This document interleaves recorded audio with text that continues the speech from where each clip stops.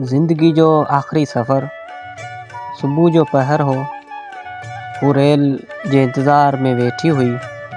अचानक रेल जो आवाज़ ॿुधी हू पंहिंजो बैग कुल्हे में पाए रेल ॾांहुं पंधु वञण लॻी ऐं हू रेल जे हिकदमि एतिरो वेझे अची वई जो हू हाणे रेल सां टकराइजी वञे हा।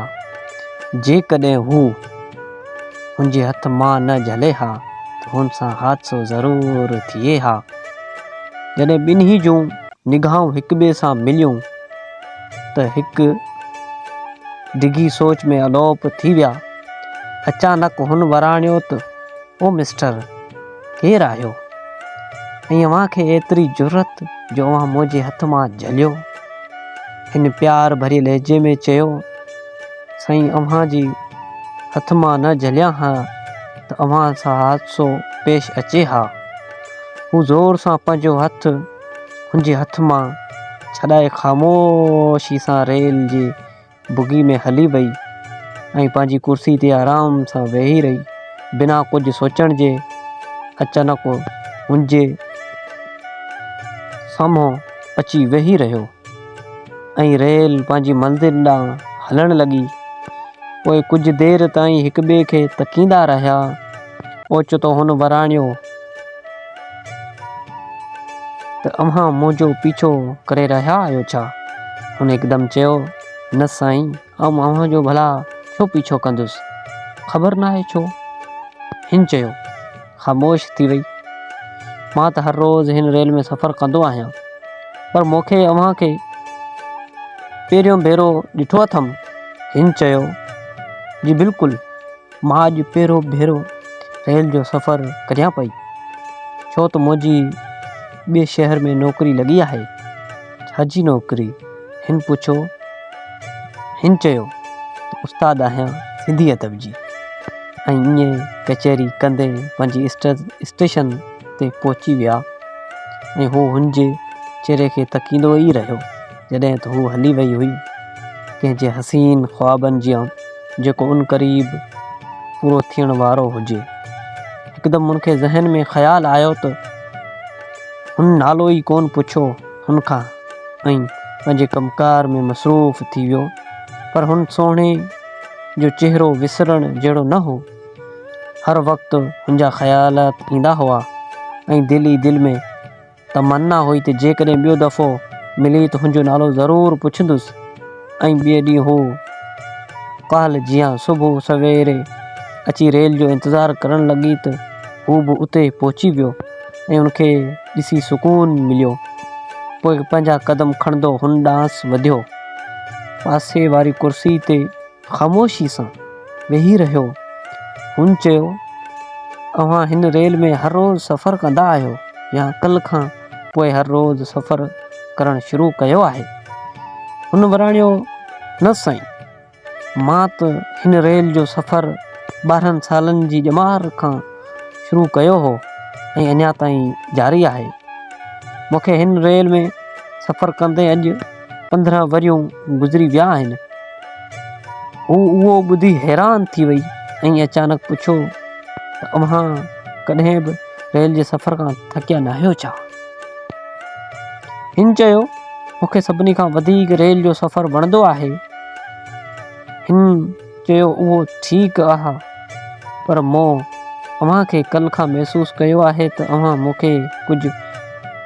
मूंखां कुझु पुछणु चाहियो था, पर ख़बर नाहे छा। हिन प्यार भरे लहजे में चयो त साईं, अव्हांजो नालो? हिन जो नालो छा पुछणु मुंहिंजा वार कांडराइजी विया ऐं अखियूं फिराए हिन ॾांहुं निहारियो। हिन महसूसु कयो त हू कावड़जी पई हुई। पोइ हिन ख़ामोशी सां पंहिंजूं अखियूं बंदि करे हुनजे साम्हूं वारी कुर्सीअ ते सुम्ही पियो। अचानक हू हुनजे पासे में अची वेही रही ऐं बिना कुझु सोचण जे हुनजे चपनि ते पंहिंजा चप रखी डिघी चुमी ॾिनी। हुन महसूसु कयो त हुनजो जिस्म ॾकणु लॻो हो ऐं हू बेकाबू थी पियो। ऐं हुन बि हुनखे चंबड़ी पियो ऐं पंहिंजूं ॿाहूं हुनजे ॿाहुनि में विझी कुझु घड़ियुनि लाइ अलोप थी वियो। पोइ अचानक हू भड़की पई, राबिया, मुंहिंजो नालो राबिया आहे। ऐं हिन चयो, मुंहिंजो नालो इम्तियाज़ आहे। पोइ अचानक टीटी आयो ऐं हुननि खां टिकेट जो पुछो ऐं ॿिन्ही पंहिंजो टिकेट टीटी खे ॾिनो। टीटी हलियो वियो ऐं हू वरी हिक ॿिए जे भाकुरनि में अलोप थी विया। कुझु घड़ियुनि खां पोइ ॿिन्ही जो स्टेशन अची वियो ऐं हू लही पंहिंजे सफ़र ॾांहुं पंधु करणु लॻा ऐं वेंदे वेंदे हिक ॿिए खे फ्लाइंग किस ॾियणु लॻा। ऐं ईअं हर रोज़ु उन्हनि जी कचेरी प्यार मोहबत में बदिलजी वई। उन्हनि खे हिक ॿिए सां एतिरी त मोहबत थी जो मोहबत इश्क जो रूप इख्तियार करे छॾियो हो। ॿई हर रोज़ु उन स्टेशन ते हिक ॿिए सां मिलंदा जुलंदा हुआ ऐं उन्हनि जो एतिरो त इश्क हद खां वधी वियो जो हर रोज़ु हिक ॿिए खे ख़त लिखणु लॻा। इम्तियाज़ बि ख़त प्यार ऐं मोहबत भरियूं कहाणियूं लिखंदो हो। जॾहिं त राबिया सिंधी अदब जी उस्ताद हुअण जे करे हू अक्सरियत करे शाइरियूं, बैत ऐं नज़म लिखंदी हुई, पर कॾहिं कॾहिं हू हक़ीक़त खे बि लिखंदी हुई ऐं उनखे समाज जी नफ़सियात जे मसइलनि खां आगाह कंदी हुई, त कॾहिं समाजी रस्मनि खां त कॾहिं मज़हबी इंता पसंदी जे मुतालिक़ ॿुधाईंदी हुई। पर इम्तियाज़ सिर्फ़ु हुनजी शाइरी ते ई ध्यानु ॾींदो हो। हीउ सिर्फ़ु उहो दौरु हो जॾहिं इम्तियाज़ राति जो आसमान खे ॾिसंदो हो जेको मोतियुनि जी चादर सां भरियलु हो।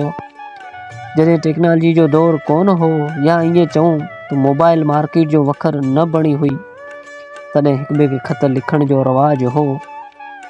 हुननि जे इश्क एतिरो त वधियो वियो जो हिक ॿिए सां शादी करण जो पुख़्तो इरादो कयो ऐं हिक ॿिए सां वचन बि करे छॾियो हो त ईंदड़ अचर ते पाण शादी कंदासीं। कोरठ जे हाल में ऐं अचर जे ॾींहुं इम्तियाज़ कोरठ में पहुची वियो जॾहिं त राबिया अञा न पहुती हुई। पूरो ॾींहुं गुज़रण बावजूदि राबिया कोरठ हाल में न आई।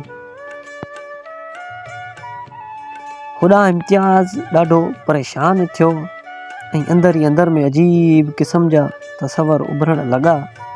शायदि राबिया सां को मसइलो आहे, तॾहिं तूं अॼु कोरठ हाल में न आई। जॾहिं हुन राबिया खे ख़त लिखियो त तूं अॼु छो न आईं, तॾहिं राबिया मोट में ख़त लिखियो त जानी अॼु मुंहिंजी तबीयत ख़राबु हुई, उन करे मां न अची सघियसि। कुझु ॾींहं गुज़री विया पर राबिया उन स्टेशन ते अचण ई छॾे ॾिनो। पर होॾां इम्तियाज़ ॾाढो परेशान थींदो रहियो त हाणे राबिया अचण बि छॾे ॾिनो आहे। कुझु ॾींहं गुज़रण बावजूदि इम्तियाज़ हुन सां हुनजे घर मिलण लाइ वियो, जेको राबिया हिकु ख़त में लिखियो हो संदसि घर जो एड्रेस, जेको शहर जे हिकु मशहूरु कंपनी जे पासे में हो। जॾहिं इम्तियाज़ हुनजे घर जे ॿाहिरां पहुतो त हुन चौकीदार खे चयो त मूंखे राबिया सां मिलणो आहे। तॾहिं चौकीदार चयो, कहिड़ी राबिया? हुन ते इम्तियाज़ चयो, ही घर सेठ नोमान जो आहे, जेको राबिया जो वालिद आहे। उन ते चौकीदार चयो त हिते को बि सेठ नोमान नथो रहे ऐं न ई राबिया नाले का औरत रहे थी। तॾहिं इम्तियाज़ खे दिलि जो सदमो रसियो हो, पर हुन पंहिंजे पाण खे संभालींदे वापसि घर ॾांहुं मोटियो ऐं कुझु ॾींहंनि गुज़रण खां पोइ हुन हिकु दफ़ो ॿीहर राबिया खे ख़त लिखियो, पर वापसि जवाबु न मिलियो।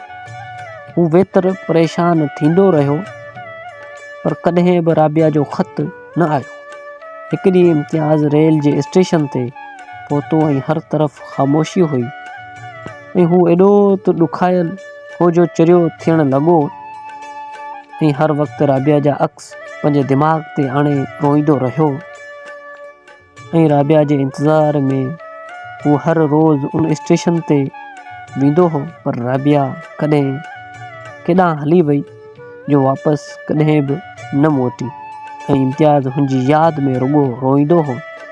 आहिस्ता आहिस्ता हू चरियो थियण लॻो ऐं पंहिंजे मन भुड़कंदो रहंदो हो ऐं कुझु तस्वीरुनि रेल जे किनारे ते चिटींदो रहंदो हो। ॼण ईअं लॻंदो हो त इम्तियाज़ आर्टिस्ट हुजे। सच पुछो ईअं ई हो त इम्तियाज़ वॾो आर्टिस्ट हो, जेको राबिया जा अक्स रेल जे हर दॿे ते ठाहींदो रहंदो हो। ऐं हिकु ॾींहुं हुन राबिया जे अक्स जे हेठियां उहो लिखियो त मुंहिंजी ज़िंदगी जो आख़िरी सफ़र आहे। उहो लिखी हू रेल जी पटड़ी जे भरिसां वेही रहियो। अचानक हुनजी निगाह राबिया ते पई।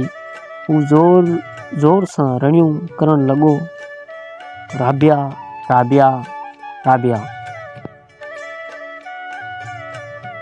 हाणे हुन में हलण जी ताक़त न रही हुई।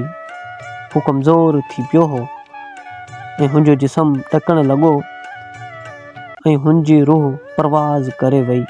जॾहिं राबिया खे ख़बर पई त इम्तियाज़ रेल जी पटड़ी ते हुनजे इश्क में फ़ना थी चुको आहे, त हू सभु कुझु विसारे रेल जी पटड़ी ते पहुती, जिते इम्तियाज़ जो जिस्म ईअं पियो हो जीअं कंहिं लावारस जो लाश कंहिं गटर जे नाले में पियल हुजे।